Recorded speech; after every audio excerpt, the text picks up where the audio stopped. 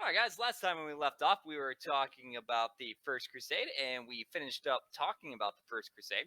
We talked about how the Crusaders eventually left Antioch, and then they traveled for several months on their way down Jerusalem, and they eventually took over Jerusalem in June of 1099. And after they took over Jerusalem, they then got into a big battle with the Egyptians, and eventually defeated the Egyptians at Ascalon. And then we talked about why the First Crusade was successful. So today we're going to talk about the aftermath of the Crusade. So today we're going to talk about aftermath of what happened in the Crusade. So first thing we're going to do, we're going to write down the word aftermath. If you don't know how to spell the word aftermath, I'll type it down here for you. Aftermath. And that's how you type the word. I make a bullet and write down that word right there. Aftermath, if you would.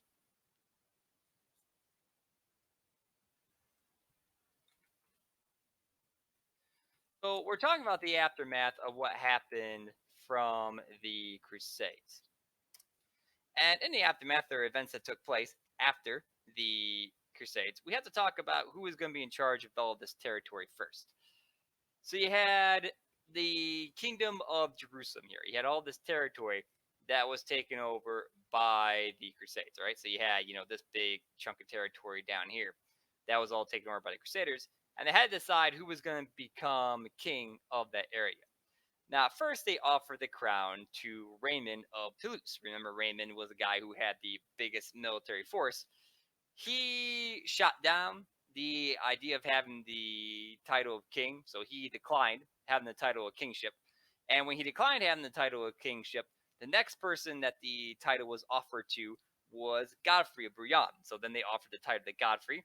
Godfrey then took the crown. So Godfrey was like, "Yeah, I'll become king." So Godfrey becomes king of the kingdom of Jerusalem. Gotta make it one and write down Godfrey was chosen and then write down to be king. So one, Godfrey was chosen to be king. So Godfrey was chosen to be king after they had taken over Jerusalem. However, a year later, Godfrey ended up getting sick and he ended up dying a year later. And therefore, they needed to find the person that would take over next. Now, Godfrey didn't have any children. However, his brother was in the area. And if you remember, his brother was Baldwin. Baldwin had taken over the city of Edessa. So Baldwin was then called down from Edessa to come to Jerusalem to then become the next king. And he was crowned king in the year 1100 on Christmas Day. All right, go ahead and make a 2.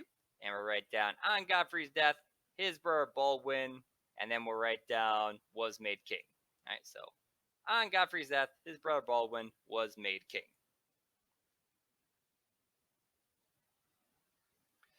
So Godfrey ends up dying, ends up getting sick and dying, and therefore Baldwin on Christmas Day is then crowned king of Jerusalem. So he comes down from Edessa and he becomes king of Jerusalem.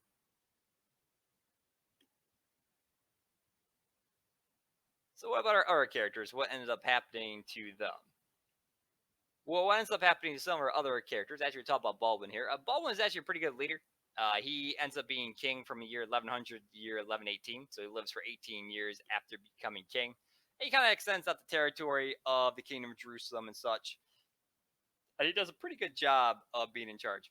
However, when he dies, his cousin, Baldwin II, then becomes king. And then when Baldwin II dies, then Fulk becomes king after him. I'm just going to presume Fulk is another cousin of Baldwin and not his son. All right. Peter the Hermit. We talked about Peter the Hermit before, how he went around in France and how he was recruiting people and such to be part of the First Crusade, and how he goes on the Peasants' Crusade, which ended in disaster. He lives all the way to year 1131, so he lives for about 32 years later after the end of the First Crusade. He's buried at Neufminster Abbey, so that's that abbey right there. So that's where he's buried at when he eventually dies. Raymond of Toulouse, on the other hand, after he declines the title of being king, he ends up moving off to the city of Tripoli. So he ends up moving to Tripoli, which is kind of north of Jerusalem. That city hadn't fallen to the Crusaders yet. It was still controlled by the Turks. The Crusaders kind of just went around that city when they went down Jerusalem. And he starts to siege the city in the year 1101. However, that city isn't taken over by the Crusaders into year 1109. So it takes 8 years before the city of Tripoli finally falls to the Crusaders and they're able to take it over. However, Raymond never sees the city of Tripoli fall to the Crusaders because he ends up dying in the year 1105. His son Bertrand is the one who will eventually take over Tripoli. However, at the same time that Bertrand was trying to take over Tripoli, the County of Toulouse is taken over by the Duke of Aquitaine. So what ends up happening is, we talked about this at the very beginning of the First Crusade.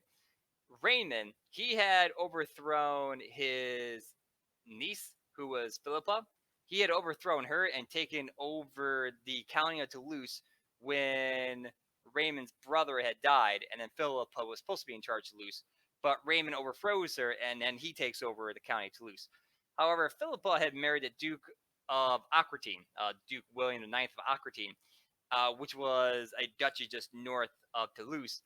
Duke William IX then presses Philippa's claim on Toulouse because, she was supposed to be the person in charge. So he ends up taking over Toulouse while Raymond is gone, taking it away from Bertrand. So Raymond died, Bertrand then takes over, Bertrand's not there, William IX takes it over for his wife Philippa. However, in 1123, another one of Raymond's son, Alfonso Jordan, ends up taking Toulouse back from Duke William IX. So he ends up taking it back. And when that happens, the King of France ends up marrying Philippa's granddaughter, and then he tries to take over Toulouse in 1141, and he's not able to. So the King of France then tries to get involved in the situation and take over Toulouse for himself. Alfonso Jordan ends up dying in the Holy Land in 1148. He was probably poisoned. So there was still a big issue between who owned the territory, Philippa's bloodline or Raymond's bloodline. And what's decided is that Alfonso's son, who would be Raymond's grandson, ends up marrying the King of France's daughter, Constant, which would be Philippa's great granddaughter. So if you're paying attention, yes, those two would be cousins. All right. So that's what happens with Raymond's bloodline. Robert of Flanders. Robert of Flanders, what ends up happening with him is that after the First Crusade, he's heading back home to Flanders.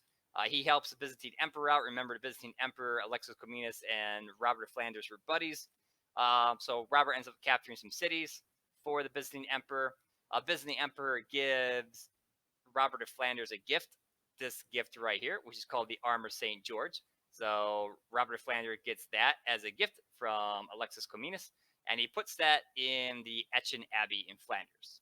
However, things don't go well for Robert. He rebels against the Kingdom of England, and he ends up getting wounded in a battle in 1103, falls off his horse, and ends up drowning in a river. And for Bohemond Terianto, the guy who's a descendant of Vikings, he had taken our city of Antioch. And in 1103, he tries to fight against the Turks with 300 knights. It doesn't go well. The Turks throw him in prison. He eventually gets out of prison, ends up marrying the French king's daughter. He tries to then attack the Byzantine Empire. That doesn't go well either. His army catches a plague. He signs a treaty and then dies 6 months later. So there you go. All right, so let's talk about the Second Crusade. Oh, this map right here just shows the expansion of the Byzantine Empire. So this shows the expansion of the Byzantine Empire.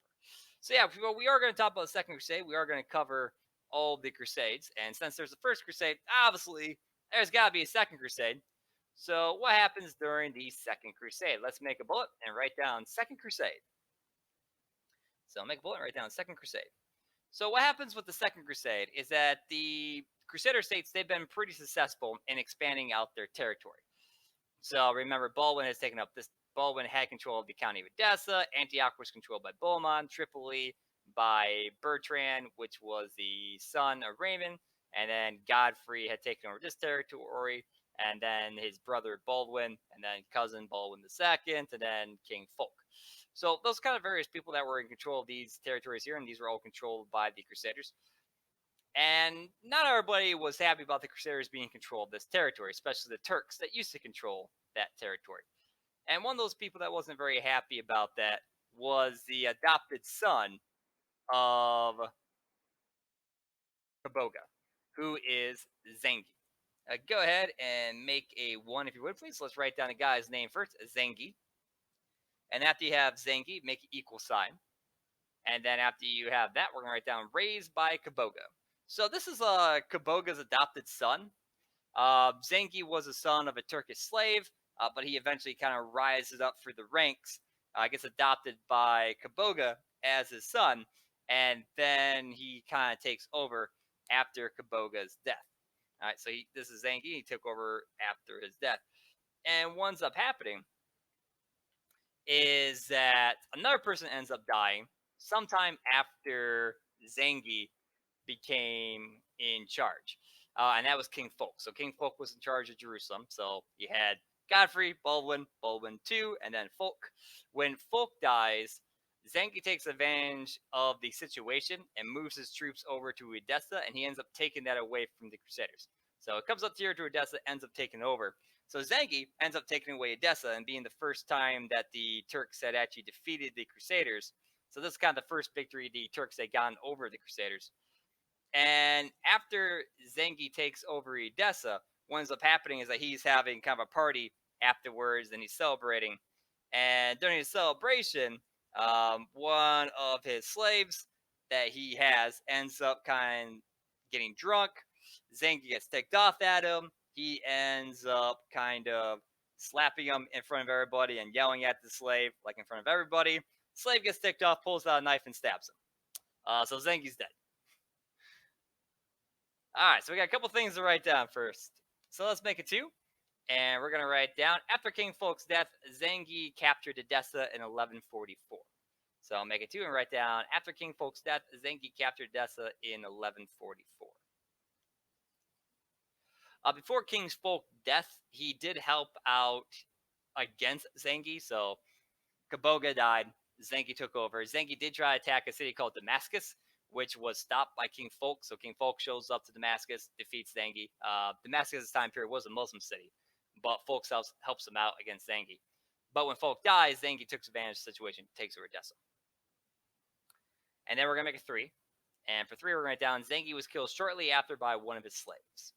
So make a 3 and write down, Zengi was killed shortly after by one of his slaves. So yeah, as I said, slave got ticked off at him, yelled at him, slave wasn't happy, stabbed him.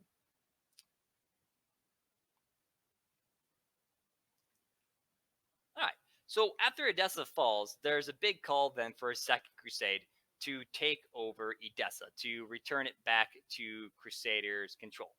So there's a big call for, hey, we should go to Edessa and go take it back over from the Turks and retake it back over. So you see right here this area in green called the Great Seljuk Empire. That's a territory controlled by Zengi. Although I guess he's dead right now, so not controlled by Zengi, but it was controlled by him.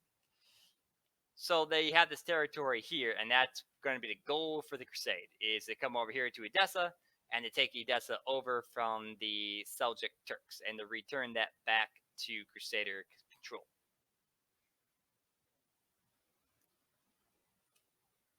So we got to talk about who the leaders were of the Second Crusade. So go ahead and make a new bullet and write down Second Crusade leaders. So make a bullet and write down Second Crusade leaders. We have 2 major leaders for the Second Crusade. The first one of our major leaders, we're going to make a 1. We're going to write down Conrad III of the Holy Roman Empire. So the first one of our 2 major leaders is Conrad III of the Holy Roman Empire. So this crusade, the Second Crusade, isn't led by counts and dukes like the First Crusade was. This time it's led by the Emperor of the Holy Roman Empire and the King of France themselves. So this is personally led by an emperor and a king this time. So no dukes or counts this time. We have 2 more higher level people on our feudal system that are leading. And the flag for the Holy Roman Empire is down here. So you have your chicken griffin down here in black with on a yellow field. All right, so that's the Holy Roman Empire. That's their flag for the time period. And then we're going to make it 2. And we're going to write down Louis VII of France. We're going to write down him. So then we're making 2. We're going to write down Louis VII of France. He's the other leader of the Second Crusade. So you have the King, Louis VII of France, and the symbol for France is down here in the bottom left-hand corner with all these saint symbols. So like New Orleans saint symbol. So you see all these New Orleans saint symbols on a blue field. All right, that is where we're going to stop at. And next time we'll talk about what happens to the Second Crusade.